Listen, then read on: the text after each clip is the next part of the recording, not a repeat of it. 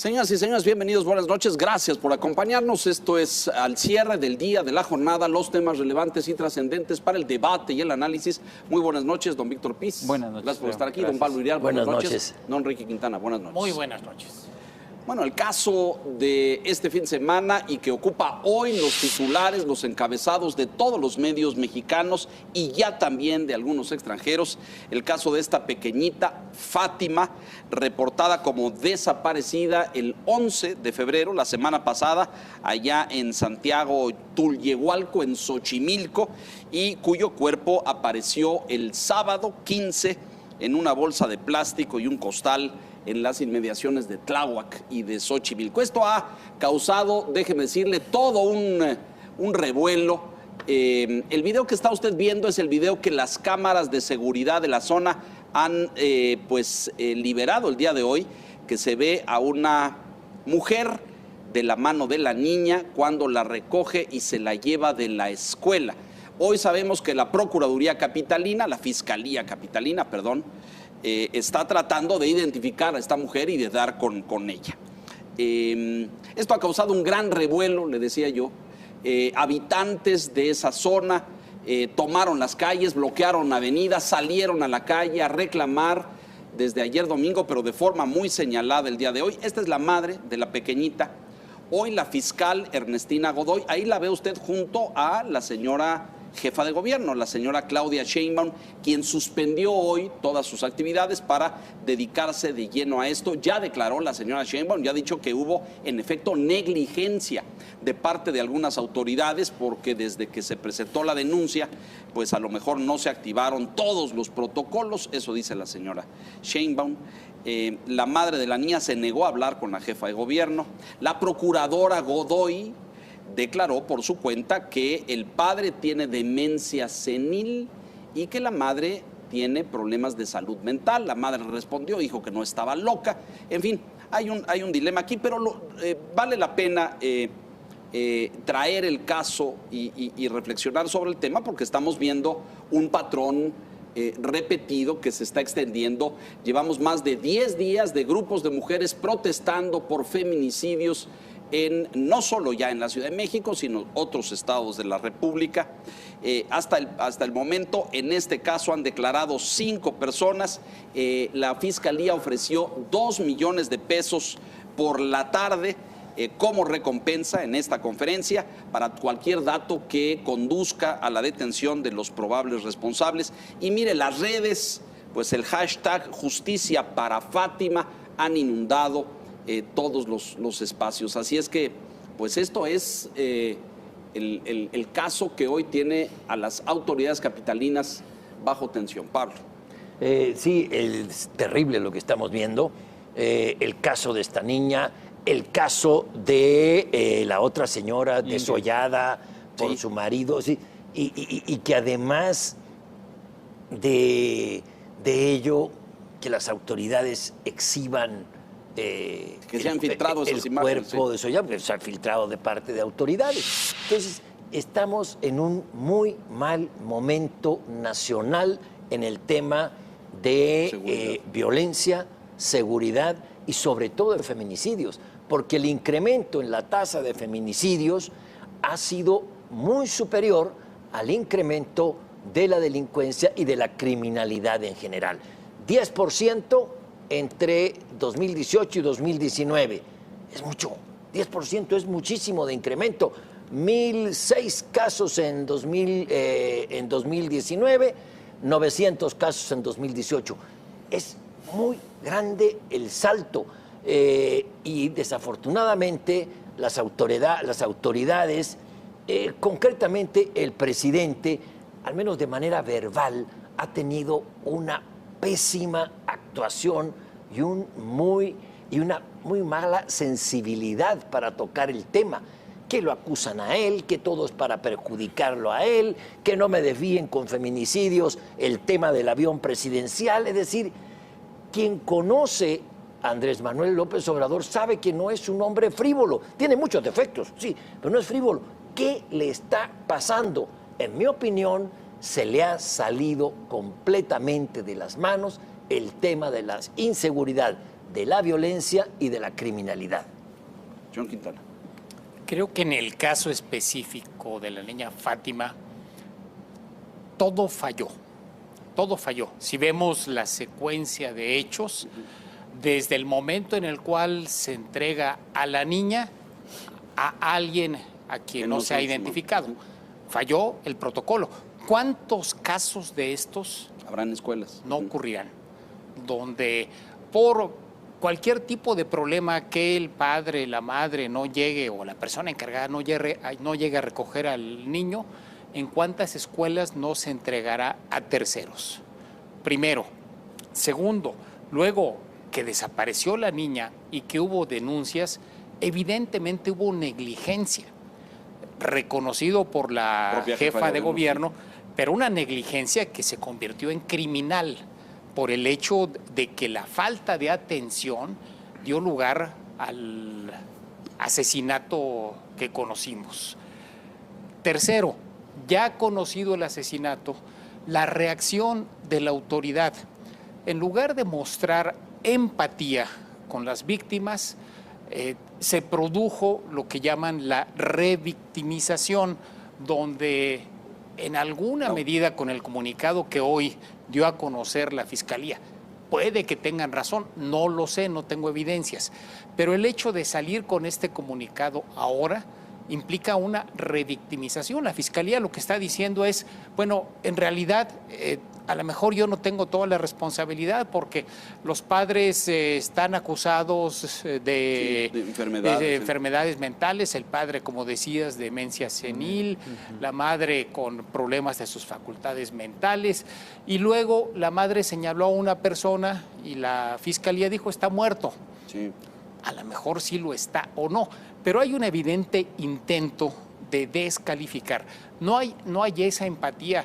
Señores, vamos a averiguarlo, nos solidarizamos, claro. Le damos un abrazo a las víctimas, claro, humano a las víctimas y vamos a averiguar lo que están denunciando.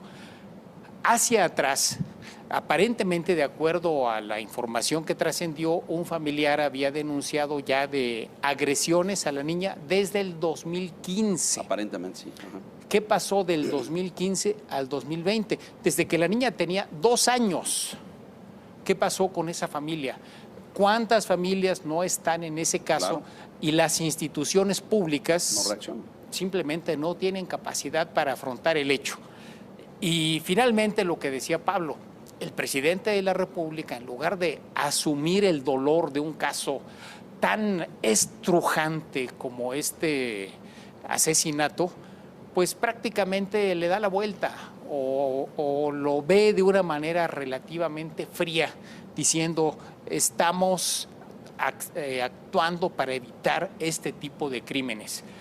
No es así como se procede, creo que hay una colección de errores, ojalá se aprenda para proceder en los siguientes días a la captura de los responsables de este crimen que le va a dar la vuelta al mundo por ser verdaderamente abominable. Mire, no entramos en detalles de en qué el cuerpo de la niña la encontraron dentro de una bolsa de plástico y un costal, el cuerpo desnudo, signos de violencia. No vamos a ir más para allá porque no se trata de hacer señalamientos, pero cuando hablamos de un crimen aberrante y estrujante, nos referimos a esto, ¿no? Es una niña de 7 años que pues fue asesinada en condiciones terribles.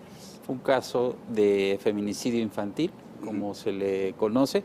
Por cierto, delito que ha tenido un repunte de prácticamente el 100% en los últimos 5 años. Veía una estadística que publicó México Evalúa. Y la verdad que es muy lamentable, coincido con Enrique, la familia está denunciando que en cuanto ellos advirtieron la ausencia de la niña, que alguien la había sustraído del colegio, de la escuela, acuden a denunciar su desaparición a las autoridades y no reaccionan a tiempo. El protocolo también obviamente falló para entregar la niña a una persona que aparentemente conocía la niña porque pues se la llevó con facilidad, ¿no? Se ven entonces las imágenes, ahí puede haber cierta cercanía. Pero bueno, es muy lamentable lo que ha pasado con la reacción de las autoridades, porque venimos de una semana en que la sociedad estaba ya muy lastimada con el caso de Ingrid Escamilla. Van a manifestarse a la conferencia mañanera del viernes, entra Frida Guerrera, la activista, en donde Confronta le al pide al presidente. presidente que fije una postura frente al feminicidio. El presidente, un poco de manera improvisada, hace este Un listado decálogo. de 10 Ajá. puntos en donde me parece que solamente generaliza el tema del crimen, pero no va al detalle del feminicidio. Y Sí, bueno, porque decía vienen- estas cosas un poco, bueno, incluso hasta frívolo me parece, aunque Pablo dice que no es frívolo, coincido, pero ni con el pétalo de una rosa y una serie de cosas que son como pues lugares comunes, ¿no? No, Sí. no puedes decir que esas sean estrategias para combatir el No, feminicidio. y luego entra esta comisión de 15 personas, las atiende la directora de atención al Ciudadano. Sí, Ujú. exactamente, y ellas pues dicen, no obtuvimos ninguna respuesta. O sea, Bueno, solamente... la propia señora Sí, Guerrera, que hay que decir, exactamente. no es una comunicadora, no es una periodista, es una activista Sí, sí. y atiende ahí, a ver si tenemos por ahí las imágenes del viernes. Señor Verónica productor. Villalbazo, su nombre como activista exacto. es, Pero Frida Guerrera, que sí. confronta al presidente, que le pregunta por esto y le dice todavía, oiga, usted está hablando aquí de cachitos de la lotería cuando están matando mujeres allá afuera, de forma pues muy frontal. Y al presidente le disgusta, por cierto, el presidente se enoja. Sí, se irrita. Y tiene una frase desafortunada, me parece, porque dice, no me distraigan ahorita el tema de la rifa con los feminicidios. De una insensibilidad terrible, decías tú. Sí, y creo que hay una contradicción grande entre la actuación de la fiscal Ernestina Godoy y la jefa de gobierno Claudia Sheinbaum. Como se ha señalado, Claudia Sheinbaum admite que hay una cadena de errores, es más que evidente. Y sale la fiscal Ernestina Godoy a desmentir. Dice que no fallaron que no se violaron protocolos. Claro que sí, es evidente. Y además, a decir, la mamá está loca, con otras palabras, y el papá tiene demencia senil. ¿De qué se trata? Todos los partidos políticos, inclusive todos los críticos, le dieron el voto de confianza a la señora Ernestina Godoy, que era la candidata de Claudia Sheinbaum, porque el problema de la violencia y la criminalidad en la Ciudad de México es demasiado grave. Qué bueno que trabajen de la mano. Pero estamos viendo que los resultados son muy malos y que hay una sensibilidad de elefante y un intento por blindarse políticamente ante casos que son tremendamente humanos y no se vale. Ahora bien, el presidente dice que esto es producto del neoliberalismo, que hay que atender las causas, nadie está diciendo lo contrario. No sé cómo calificar eso, producto del neoliberalismo, los crímenes que se cometen en su gobierno. Hay algo en que tiene razón en el fondo. Hay una crueldad tremenda, inusitada, que llevamos viendo no desde ahora, sino desde hace unos 10 años para acá, terrible, y que va suma y suma.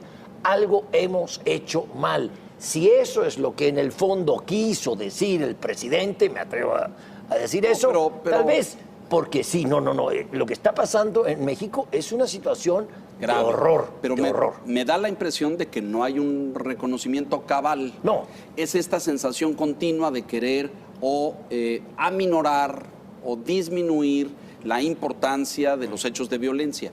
Y nuevamente esta actitud frecuente en la autoridad de tratar de buscar causas externas a una incompetencia de los funcionarios, ¿no? Es que los papás estaban mal y es que, oiga, pero eso no hace a un lado la responsabilidad de la autoridad de investigar. La denuncia se presenta el 11 de febrero, la niña aparece 4 días después, el día 15, y no hay constancia de pues ninguna operación para encontrarla, investigar, ir a buscar a la escuela, nada, ¿no?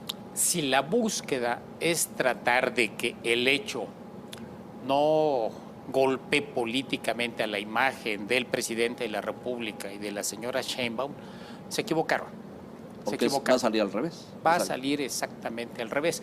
La manera en que no hubiera golpeado, pues era asumiendo la parte humana, que es lo que la gente quizás más extraña. Puede tener razón, no sé, no conozco, no tengo El evidencias de que los psicológico, papás claro, estén mal, sí. de que haya habido realmente un problema desde hace varios años. Pero no se trata de endosar al neoliberalismo un crimen de una niña. Hay elementos particulares, específicos, que tienen que ver con la calidad de la acción de la autoridad. Y en este caso, como decíamos, evidentemente hubo un montón de fallas. Lo que tiene que hacerse pues es reconocer, y vamos a ver cómo arreglamos esas fallas y cómo ya sucedió. Lamentablemente, hay que asegurarse, uno, que los responsables sean capturados, y dos, que esto no vuelva a pasar.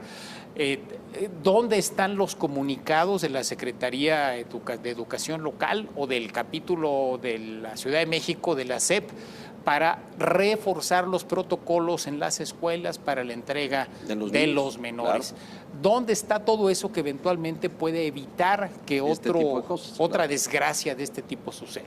No lo hemos visto. Se ha querido minimizar, perdón, Víctor. Sí. Se ha querido minimizar esperando que pase rápido y que venga el siguiente escándalo o el siguiente detenido. Perdón, Víctor. No, yo solo iba a decir que las protestas que vimos en los últimos días y que han estado también presentes en las redes sociales, las manifestaciones obviamente contra el feminicidio, pues las vamos a ver en las próximas semanas de aquí al 8 de marzo. Y me parece que recrudecidas.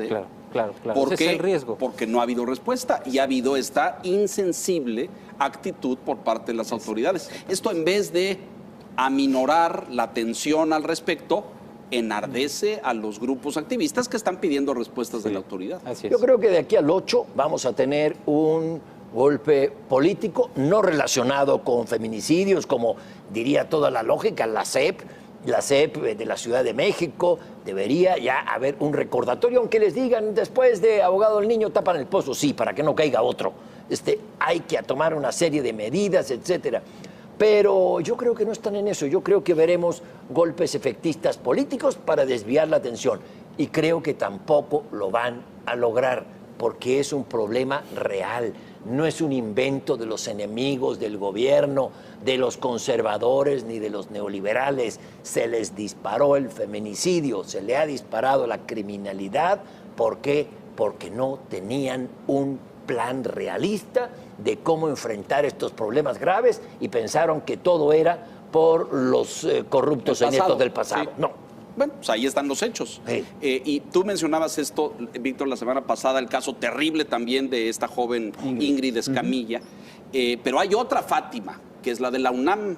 ¿Recuerdan ustedes? Sí, otra joven sí. del mismo nombre, esta ya en edad universitaria, desaparecida, que la UNAM emitió una serie, y para acabar en los problemas que tiene la UNAM en estos momentos, con facultades en paro y estas cosas. Pero pues cada semana sabemos de un nuevo caso. De la Facultad de Derecho ya apareció, tengo entendido. Exactamente, es ese mismo.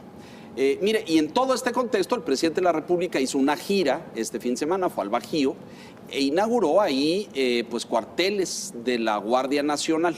Estuvo por ahí. El anuncio es que van a inaugurar y a poner en práctica cerca de, tengo la cifra de 69, no sé si sea el número real, pero me parecen muchísimos, ¿no? 69 son los que ya se inauguraron en los estados del centro de la República, Michoacán, Guanajuato, Querétaro, y creo que una parte de Jalisco. Para antes de que termine este año se plantea que sean 124.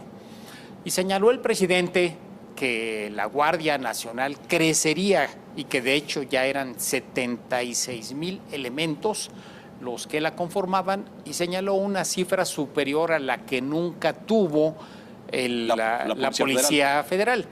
Puede que tenga razón y que en efecto creo que sí se están invirtiendo recursos de manera clara, dedicada a la conformación de este nuevo grupo, de esta nueva corporación. Pero no basta con los números, nos podemos ir a las cifras de cuánto dinero se ha invertido. El tema son los resultados, lamentablemente. Ahí está, claro. Y los especialistas refirieron desde hace ya meses que no iba a ser un proceso sencillo, o sea, que no bastaba para cambiar la tendencia del delito con la conformación de esta Guardia Nacional, que iba a haber muchas dificultades para constituirla y que además faltaban un montón de piezas para poder realmente cambiarle la tendencia al delito. Y pues es lo que estamos viendo. Creo que la Guardia Nacional es algo que va a ayudar. Me parece que no no es algo que deba desecharse, hay que fortalecerla, pero no es suficiente. Mira, creo que pueden tener 1.000.000 de elementos si quieren, pero mientras no haya una estrategia de combate al crimen, no va a dar resultados. Hay cambio de táctica. Ya no va a haber Policía Federal, vamos a instalar en muchos lugares la Guardia Nacional. Y como señalaba Enrique la semana pasada, pues resulta que donde hay más elementos de la Guardia Nacional crece más la percepción del delito, de inseguridad, perdón, que es en Tapachula. En Tapachula. Bueno, mientras no haya una estrategia clara y compartida, señores, eso no va a funcionar. Segundo, dice el presidente en Guanajuato, serénense, ya no se peleen. ¿Cuántos discursos tiene? Primero era llegando se arregla porque yo sí sé. Luego 6 meses. Después fue todo culpa de Calderón. Y por ahí le tocaba de refilón a Peña. Y ahora en Guanajuato, el único estado donde no ganó las elecciones, no se peleen. Bueno, está bien.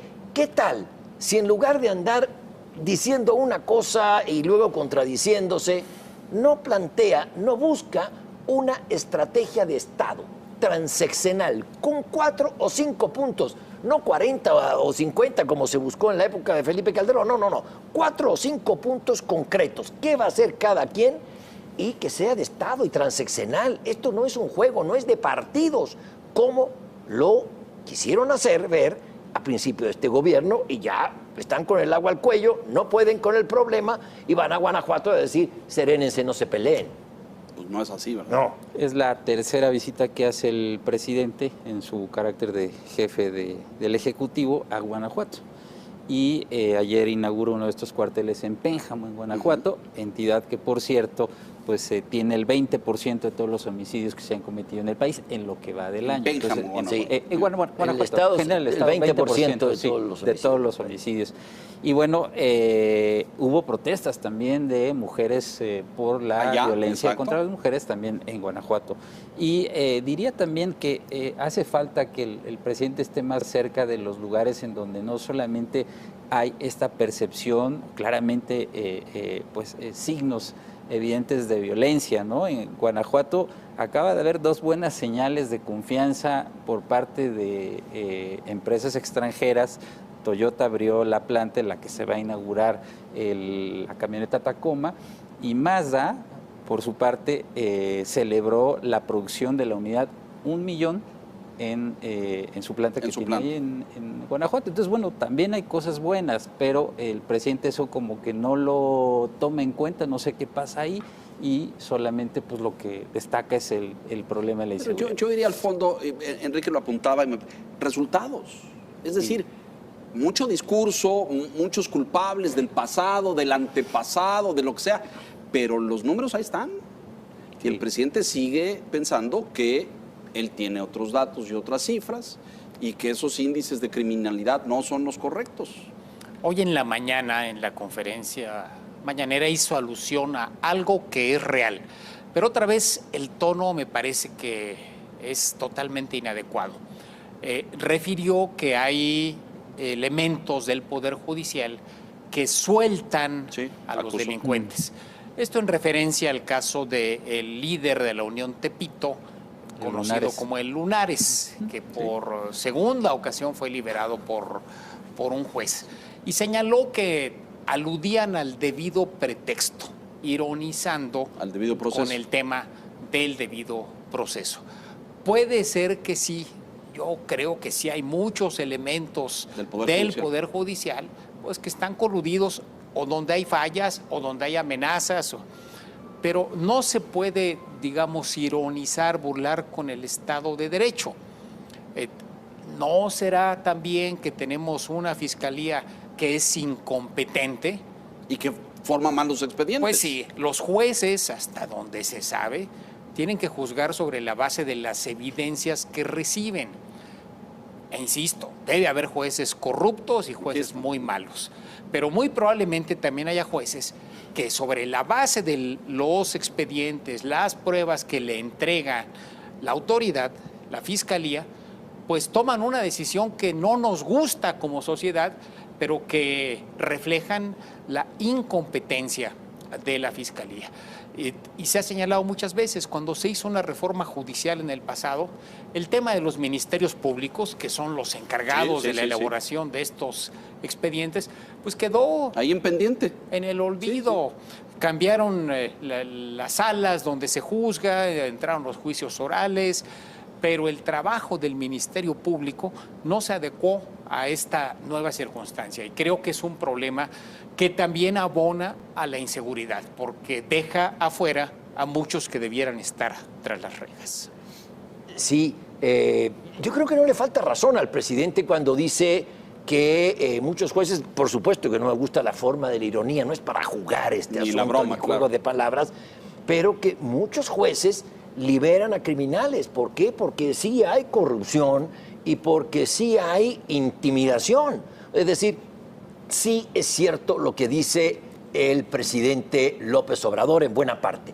Sin embargo, es lo mismo que decía el presidente Peña y es lo mismo que decía el presidente Felipe Calderón, que decían, ojo con los jueces. Y ante eso, el opositor, Andrés Manuel López Obrador, decía, renuncien por incompetentes porque hay complicidad y no son capaces de armar un caso. Bueno, ahora bien, los jueces, por corrupción, por intimidación o porque no habían los elementos suficientes, sueltan a un criminal. De acuerdo, el presidente de la República soltó al líder del cártel más poderoso del Pacífico mexicano en un operativo cuando lo tenían ya detenido. ¿Dónde está la autoridad moral para decir, señores jueces, ustedes sueltan criminales? Ojo. En fin, déjenos hacer una pausa. Vamos a más temas. Este me parece que es un tema que está elevándose en la atención pública, que le está causando una crisis seria. Todo esto de la semana pasada, la cena con los empresarios, los donativos, la rifa del avión, todas esas fuegos de artificio que lo tenían muy contento en la mañana, y empiezan a estallar estos casos. Sí. Y las mañaneras comienzan a erosionarse. Y en las giras está sucediendo algo que no nos conviene a nadie, ni a sus apoyadores, ni a los críticos. Se le está empezando a faltar el respeto al presidente. Ahí, en directo, con apodos y eso. No. Eso no es bueno para nadie. Déjenos hacer una pausa. Mensajes. Regresamos al cierre.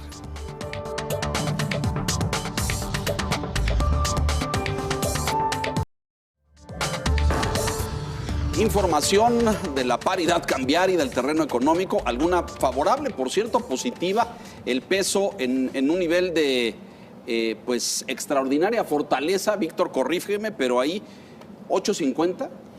18 con... 8, sí, 18. 8, todavía no. Ya nos estamos animando, ¿verdad? Sí. 18.50. 18, el fin de semana se acercó a los 18,50, son niveles mínimos Récord de 18 meses. No se habían visto desde agosto, septiembre del año pasado. Ahí está la gráfica. 2018, ¿sí? perdón. Sí. De 2018. ¿A qué obedece? ¿Qué causas son varios factores. La semana pasada Banco de México, como sabemos, bajó su tasa de referencia. Pero la señal es que no va a ser tan agresivo en sus próximos recortes. Y con todo y que bajó la tasa, el diferencial con Estados Unidos sigue siendo alto y sigue siendo atractivo para la inversión en pesos. Entonces, invertir en pesos sigue siendo algo rentable para los extranjeros. Ese es un punto. El otro, sin duda hay que decirlo, que dentro de todas las limitaciones y presiones que pueda tener el gobierno en las finanzas públicas, la verdad es que ha habido un manejo disciplinado de las cuentas fiscales, se han cumplido las metas de superávit primario. Eso también es una buena señal para los inversionistas. Y diría también que el Banco de México, con todo y que baja la tasa de interés, pues tiene un objetivo que es la estabilidad de precios, combatir la inflación. Entonces hay varias señales en el entorno que favorecen a la cotización del peso frente al dólar. Y uno más, ya un poco externo, es el tema del TEMEC. Sin duda redujo la incertidumbre sobre este tratado. Ahí entonces, está, 18.59 en este momento sí, hoy no hubo operaciones financieras en Estados Unidos porque fue el Día de los Presidentes. Está teniendo un ligero repuntito, pero la verdad es que ha estado muy estable el peso mexicano.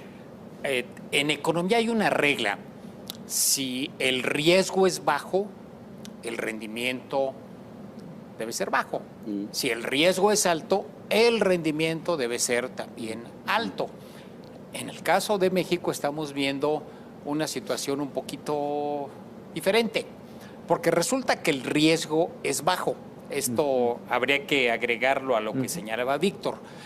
JP Morgan tiene un indicador donde mide el riesgo, que es el diferencial entre cuánto se tiene que pagar por colocar una deuda, digamos, en CETES o en cualquier bono del gobierno federal, y cuánto cobra Estados Unidos. Hay un diferencial.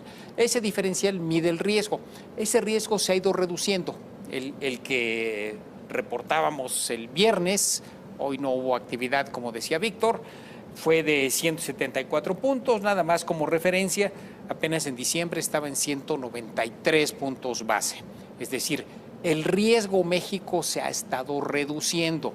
Quiere decir que los grandes inversionistas, los que manejan los grandes capitales, están viendo pues que no hay demasiado problema por invertir en México, no se ve una devaluación próxima, no se ve que el gobierno vaya a mover su política fiscal, y por lo tanto esto baja. Pero en contra resulta que el rendimiento no es bajo. También publicamos las tasas de referencia de los países que integran la OCDE. Y encontramos que México, aún con la baja de la semana pasada, es el segundo país con las tasas más altas, 7%. Solo nos gana Turquía, que tiene 11.25%. Pero, por ejemplo, Brasil, pues que no puede decirse que sea un país caracterizado por la estabilidad y por el sobre todo en los buen gobierno, sí, pues ya tiene una historia larguita con esto. Tiene una tasa de 4.25%. Rusia, que está siendo afectada por la caída de los precios del petróleo que se ha dado este año, tiene una tasa de 6%. Sudáfrica, que también está en problema tras pie, tiene una tasa de 6.25%. Entonces, esa combinación, un riesgo relativamente bajo y una tasa alta, es lo que convierte a México en un mercado muy atractivo, y por eso es que los inversionistas vienen al país. El secretario de Hacienda le dijo a Bloomberg en una nota publicada el día de hoy, pues que espera que las tasas bajen más, porque vaya que si hay espacio. Dijo. Es decir, si estamos en 7 y otros países con riesgo más alto están hasta en 5 o 4%, pues todavía queda ahí un trecho para poder bajar las tasas. Yo creo que mientras tengamos este diferencial, vamos a tener un tipo de cambio sumamente estable. El tema es, ¿valdrá la pena tener un peso tan fuerte si no se está estimulando el crecimiento de la economía? Creo que por lo menos ahí queda la duda. Y yo tengo otro cuestionamiento ahí, porque tú dices, bueno, esto sigue siendo atractivo para los inversionistas y que vengan inversiones de fuera, pero lo cierto es que al interior, aunque hay mucha foto y beso y abrazo con los empresarios, pues yo no veo que al interior esté creciendo la inversión, ¿o me equivoco? No está creciendo. Hay tendencias que dicen que quizás pudiera crecer en los próximos meses, ha caído ya menos, pero no. Inversión nacional, que es la que forma el grueso de la inversión en el país, todavía no está creciendo. Seguimos con el problema de la confianza, ¿no es cierto? Las altas tasas de interés, que por cierto fija el Banco de México, no el gobierno federal, estas altas tasas de interés sostienen un dólar que no se dispara, un dólar relativamente bajo, 18.50, 18.70, sí, un dólar, bajo, 18.70 pesos, sí. Pero alguien paga ese diferencial, no es gratis. Y ese diferencial con las tasas de los Estados Unidos, por ejemplo, lo pagamos. Eso hay que pagarlo de alguna manera, no sale del aire, sino todos tendrían tasas altísimas para atraer capitales y no pasa nada. No, eso se paga. Lo pagamos ¿cómo? Lo pagamos con deuda, colocación de bonos, se paga con impuestos, etcétera, etcétera. Sí cuesta esta paridad bonancible, cuesta y le cuesta a la economía. Y sería mucho más saludable, en mi opinión, que es pura lógica, no estudio economía, que hubiera un mayor acceso al crédito con mejores tasas de interés para que se pueda invertir en fierros y se pueda crecer y no tener un peso apuntalado en capitales golondrinos. Víctor. Sí, un dato interesante, fíjate, hasta antes de este lunes de feriado en Estados Unidos, el peso mexicano había recuperado casi 2% frente al dólar en lo que va del año.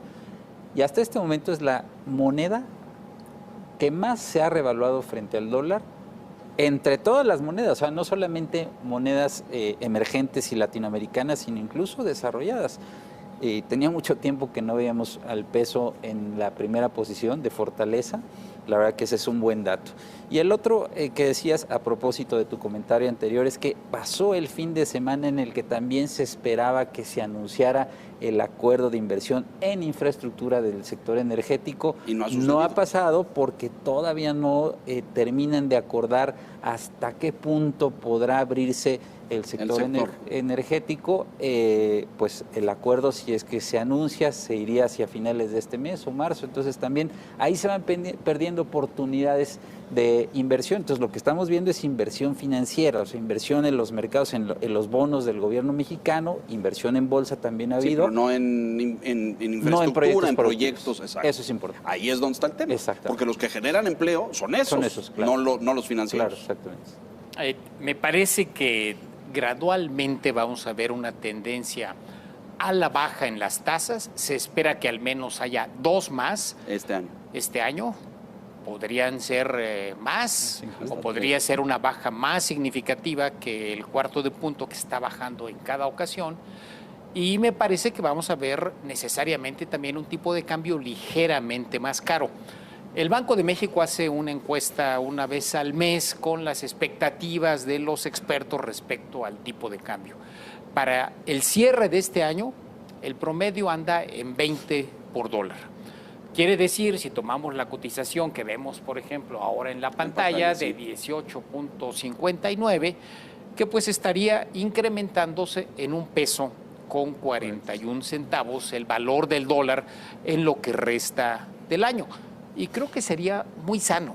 En México a veces hemos exagerado la relevancia de un peso fuerte. Para la economía a veces conviene tener un peso no tan fuerte. Desde luego no conviene tener un peso demasiado débil o muy sujeto a los vaivenes, que de repente ande en 19 y luego se vaya a 22. Eso no.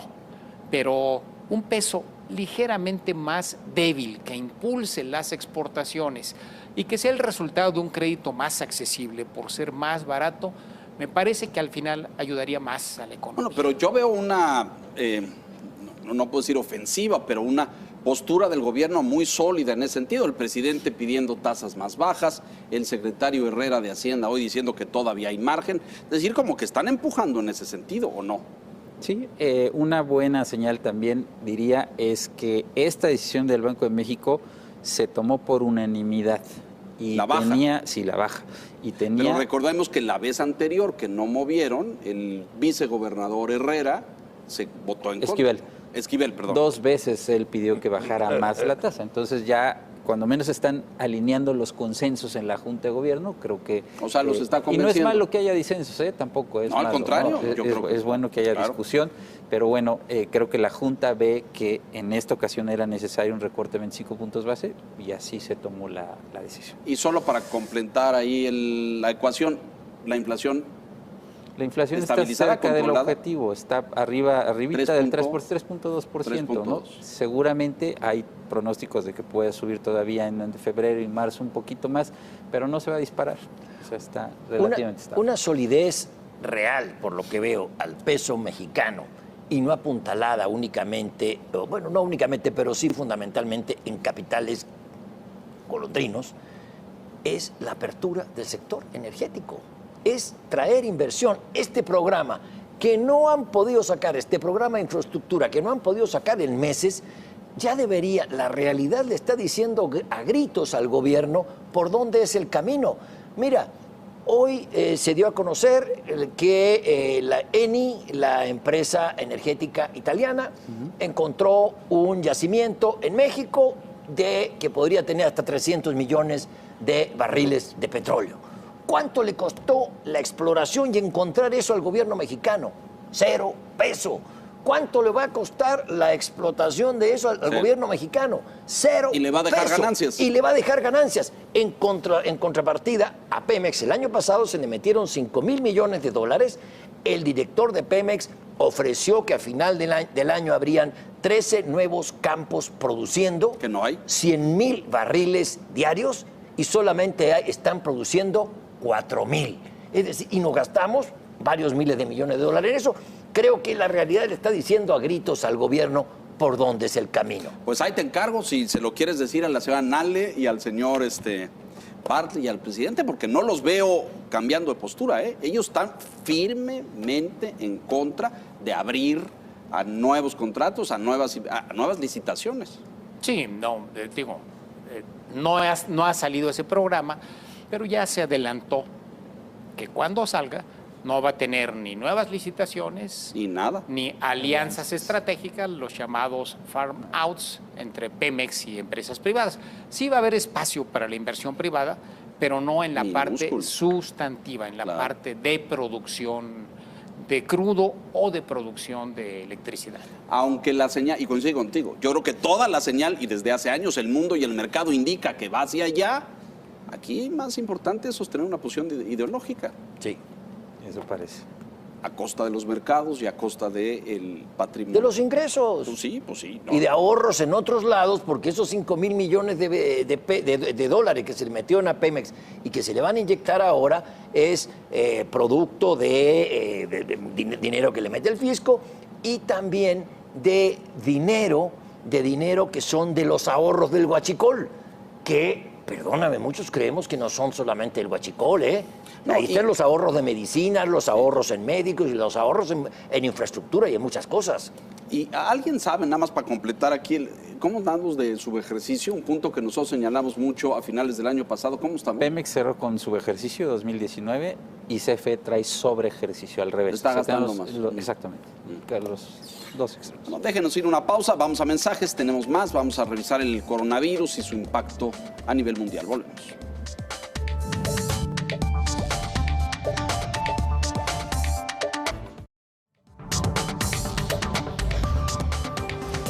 El último reporte en materia de coronavirus y su crecimiento a nivel mundial, el número de contagios y de decesos. Aquí tenemos algunos reportes. Esta es la curva del crecimiento de contagios. Esencialmente, y hay que subrayarlo de forma muy señalada, aunque sí han aparecido más casos en otras partes del mundo, pues son contados. El contagio masivo sigue siendo en territorio chino. Déjeme presentarle el mapa global de cómo se comporta el virus y de cómo está reaccionando. Bueno, pues ahí ve usted buena parte de cómo están las cosas sucede en China, en territorio chino y en el sudeste asiático. Estamos por arriba de los 60 y tantos mil contagios. 73,400. Perdón, 73,000 Sí. contagios. Y el número de decesos. 1,873 hasta esta. Ahí lo tiene usted. Que se ya Ahí mañana tienes. de martes en Asia. 1,873 son Y los decesos. Solo 5 fuera de China. Todos en China. Todos en China. 5 fuera de China. Sí, Son los 5. exactamente. En el cuadro superior izquierdo puede usted ver el tema de los contagios, 73,335. Y abajo, pues la curva, ¿no? De cómo se está dando. Lo cierto es que si esto se evalúa a nivel mundial, el operativo de contención por parte de las autoridades chinas para que permanezcan en su territorio ha resultado eficiente, efectivo, porque esto no se ha esparcido a nivel mundial, ¿no? Y los países alrededor también han tomado providencias muy drásticas. El caso de Japón. Japón ha tomado medidas preventivas Bueno, el barco sigue ahí, enormes e incluso están en riesgo las Olimpiadas de junio. Del verano, así es. Posiblemente haya que cambiar de sede. Y en el caso de China, Este es Japón, en el caso de fíjese China se tiende a estabilizar, la velocidad con que iba creciendo, ha descendido Sin embargo, la Organización Mundial de la Salud llama a no confiarse porque esto en cualquier momento vuelve a repuntar. 5.5% de su economía para este año. Es altísimo. Sí, pero es que estaban en 6 y el 6, el más, Fondo Monetario ¿no? Internacional tiene la expectativa de 6%, entonces quítale medio punto a la economía china y espérate a ver las cifras del primer trimestre del año van a salir malísimas, ¿no? Sí, claro. 4, 3, 2, todavía no hay un consenso. De hecho, la razón por la cual va a haber un freno económico, el promedio del año, según esta previsión, será 5,5%. Pero como decía Víctor, en el arranque, en el primer trimestre, a lo mejor sale 2 o 3% y luego se recupera. Y la razón no es la propia enfermedad, sino las medidas draconianas realmente impresionantes, sin precedente en la historia, que se tomaron para evitar la difusión de la enfermedad. Tú te referías, Leo, al hecho de que la mayor parte de los contagios y decesos están en China. Bueno, no solo en China, están en la provincia de Hubei, que es la parte central, la parte donde está Wuhan, que es el lugar donde el virus explotó, estalló. Entonces, China ha logrado confinar a esta provincia la mayor parte de los casos. Sí han salido y sí hay muchos lugares de China donde tenemos tanto contagios como defunciones, pero el 90% de los casos a nivel mundial está en esta provincia. Y el hecho de que hayan paralizado prácticamente la vida económica de una zona que es una potencia manufacturera, pues le va a pegar a la economía china. Ya 2 semanas después de que debieran haberse normalizado las actividades tras los feriados del Año Nuevo, en muchos casos siguen o paradas o todavía con muy parcial actividad. En Beijing, en Shanghái, en Hong Kong. Entonces, estos elementos son los que están frenando la actividad económica en China. Y no solo la van a frenar en China. Ya tenemos el caso, por ejemplo, de la empresa Apple, que empieza a padecer por ausencia de partes. Porque en China están establecidas las fábricas que generan las partes con la cual se confeccionan los teléfonos celulares de diferentes marcas. Apple es quizás uno de los casos más notorios, pero hay varias marcas que requieren de partes de China. Pero ahí yo creo que lo mencionas con mucha precisión, porque Apple tenía un plan de duplicar su producción de móviles para este 2020 y tenía planes muy ambiciosos de inundar el mercado con móviles incluso más baratos y más accesibles. Y tuvieron que detener esto porque resulta que se producen justamente en esa provincia, ¿no es cierto?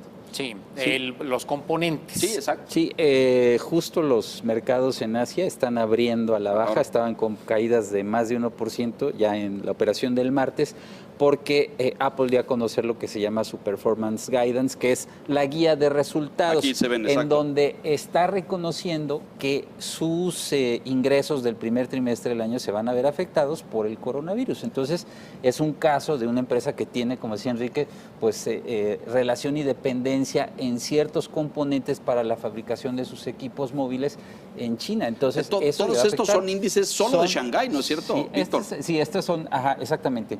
A, B, A, la 50, tercera columna donde dice variación porcentual, exactamente. Los mercados están abriendo a la baja. Vamos a ver mañana cómo se da la reapertura en Nueva York después del feriado de hoy, pero básicamente los mercados se están viendo afectados por esta situación. Es una empresa gigante. Sí, claro, por supuesto. Pero sin duda vamos a ver, en la medida que pasen los días y que las empresas estadounidenses empiecen a reportar sus resultados del primer trimestre, las que tienen más exposición en China o en mercados asiáticos van a tener problemas en este arranque de año. Sí, el corazón manufacturero del mundo está afectado y se han hecho todos los esfuerzos por aislar este problema, por contenerlo, se ha sido exitoso, pero pretender de que no haya consecuencias, sí la va a haber. Me impresiona que no haya llegado a México. Muy importante incluso contra las previsiones de la Secretaría de Salud, no ha llegado a México, muy afortunadamente. Muy importante que lo menciones. Volvemos al mapa general, producción, pero vea usted, en toda América Latina no hay un solo caso muy importante subrayarlo. Que sepamos. Que sepamos, sí, consignado. Sí. Y en África no hay un solo caso, donde según estimaciones de la Organización Mundial de la Salud, bueno, ahí aparece ya uno en Egipto, me Creo parece. que ya, Sí, creo que ¿verdad? hoy se confirmó ya el primer caso en Egipto, exactamente. En Egipto, Sí, ya aquí hay uno en está. África, Aquí está. exacto. Sí.